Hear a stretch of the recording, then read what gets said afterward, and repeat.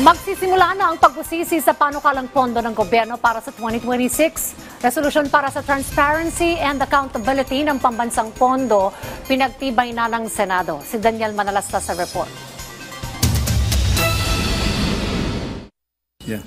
Mukhang magiging mahigpit na budget season ang aasahan para sa panukalang budget sa susunod na taon. Dahil pagtitiyak mismo ng chairperson ng Senate Committee on Finance, hindi basta-basta makakalusot ang ilang insertions. Hindi ko papayagan na magkaroon ng pagsisingit, especially at sa BICAM.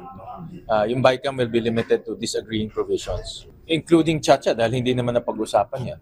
So, hindi natin napag-usapan in any hearing or in any fora. So, basta as a principle, regardless kahit anong budget yan, whether Chacha, People's Initiative, AKAP, as long as walang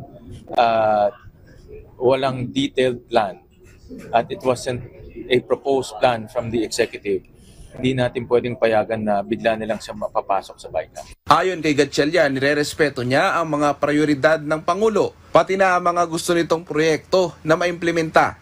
But meron din mga pagkakataon na yung mga agencies hindi effective yung kanilang projects or hindi naman nagagastos ng pondo. And that's where us, the legislators will come in dahil hihimayin namin yung mga yung budget. Pinagtibay na rin ng Senado ang Senate Concurrent Resolution No. 4 o ang resolusyong naglalayong maging mas bukas sa publiko ang pagbalangkas ng pambansang budget. Sa madaling salita, palalakasin nito ang transparency at accountability at inaasahang mararamdaman ito sa panukalang 2026 national budget.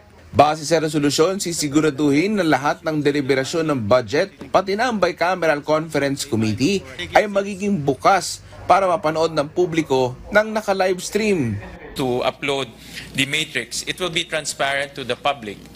When any of our colleagues will seek clarification on particular insertions or realignments or amendments, then the chairman of the Finance Committee will divulge the identity or identities of the proponents of the amendments.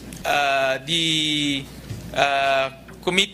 chairman of the Committee of Finance can elaborate and also reveal the history of those changes. Naisumiti na rin sa Senado ang kopya ng 2026 National Expenditure Program. Daniel Manalastas para sa Pambansang TV sa Bagong Pilipinas.